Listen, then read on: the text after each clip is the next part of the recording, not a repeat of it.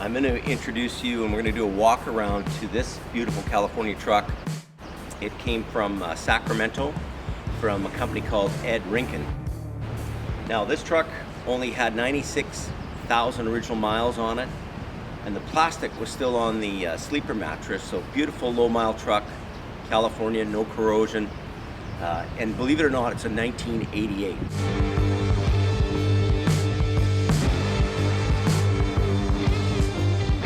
Really, we're buying this truck to replace the rotator, which was in a bad crash in the wintertime. And it's been down now for more than 5 months, and we expect it to be in the body shop for another 6 months. Interesting fact about these two trucks, both the LA fire truck and the HR100 truck here, is a fellow named John Hawkins, who's actually was with originally Century and now Miller Industries.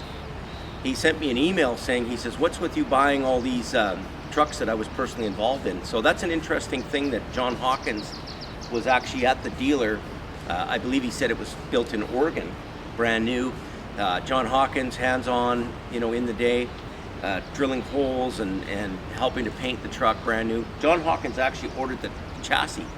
So, if you don't know John Hawkins, he's kind of an industry legend, been around the business a long time, been at Miller forever, and been really involved personally for many, many years at Miller Industries or Century building trucks. Well, really, really happy with this truck because it fits two jobs for us. It's got the big sleeper on it, so it's a great truck for tractor switches and hauling long haul, which we do a lot of, but it's also has a really massive 50-ton boom on it. I originally talked to, unofficially, to the engineers, in the early days at Miller for Century. And this truck, even though it has a rating for 50 tons, I was told that it actually was engineered to 70 tons. These bodies were used in Saudi Arabia on military wreckers back in the day. There's some really big pictures of C500s or huge off-road military type vehicles with a 50-ton unit on it. HR100 is just meticulous. This was his personal truck. Just everything is beautiful on it. I mean, you can see the chrome D-rings on the side. Usually these be seized up and rusted, being a Canadian truck.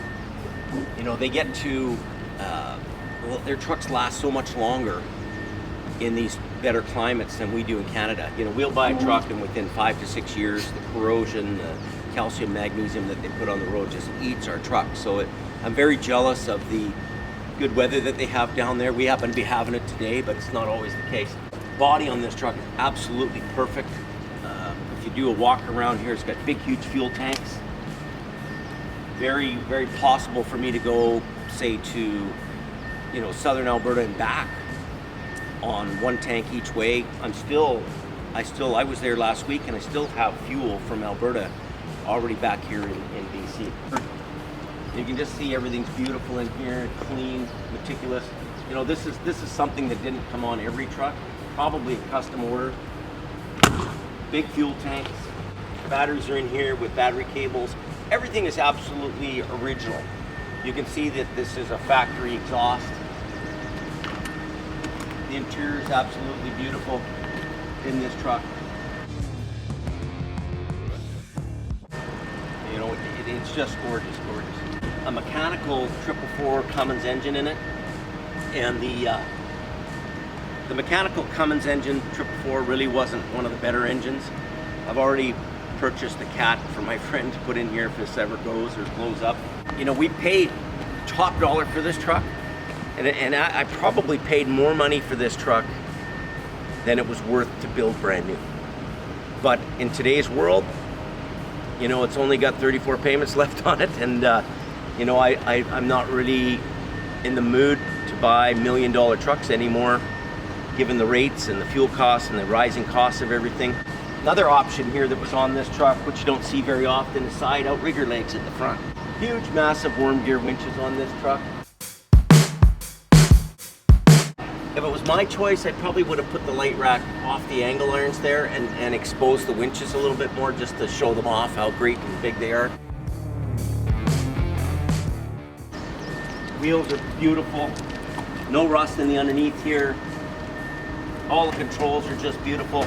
You can see that there's already a little bit of rust starting just from being here in BC only a month. So I'll have to take a little SOS pad and clean that up. Everything works beautifully though. Paint's beautiful. You know, there's no LED lighting. That's really old school stuff.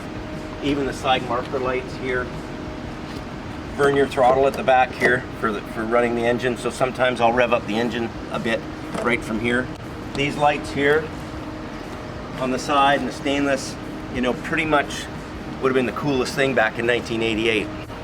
I'm sure after we do a few recovery jobs, probably I'll be a lot harder on this truck, you know, than Ed would have been. Ed really babied this unit. There's a very cool custom box made at the back here to, you know, for the lanyard in there to store your pin.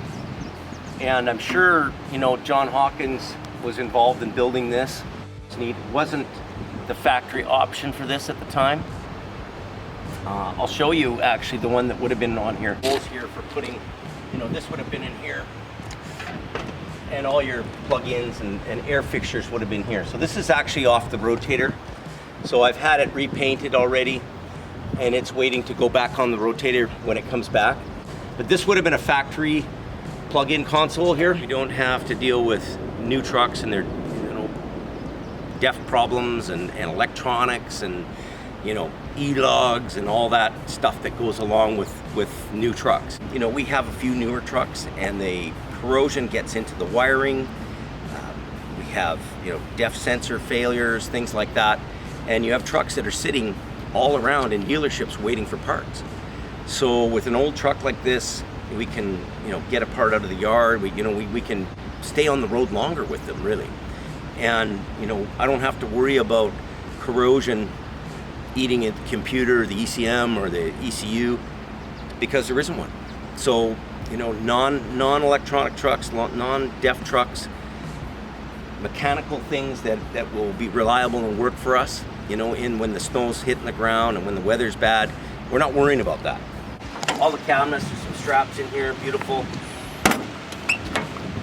Snatch blocks, all the equipment has a place, very organized. Chainsaw. What happened here? That was Mike this morning. Chains in there, things like that.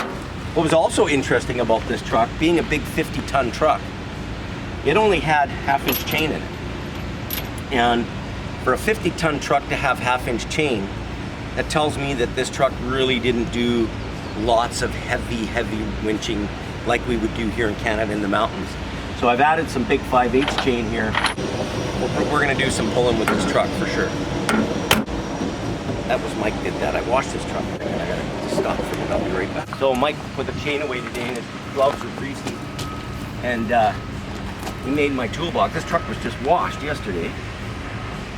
And he made the truck greasy. I don't like dirt. I like to be really clean. This truck now has been in the wash quite a bit. And we've been using a lot of acid on it in order to brighten up the aluminum. And it'll get in for a complete polish job as soon as I can get in. Everything absolutely clean, perfect. Tire chains in here. This truck's probably never seen tire chains, but it has some in here. 18 speed, got a 16,000, 1416 front axle, 46 rears. We're really lucky to find a truck like this. I didn't even go look at it. I knew right away what it was just by looking at the pictures and how mint it was. This will get me through the rotator being, you know, in the body shop. And when it comes out, the rotator, it'll be good as new and paid for.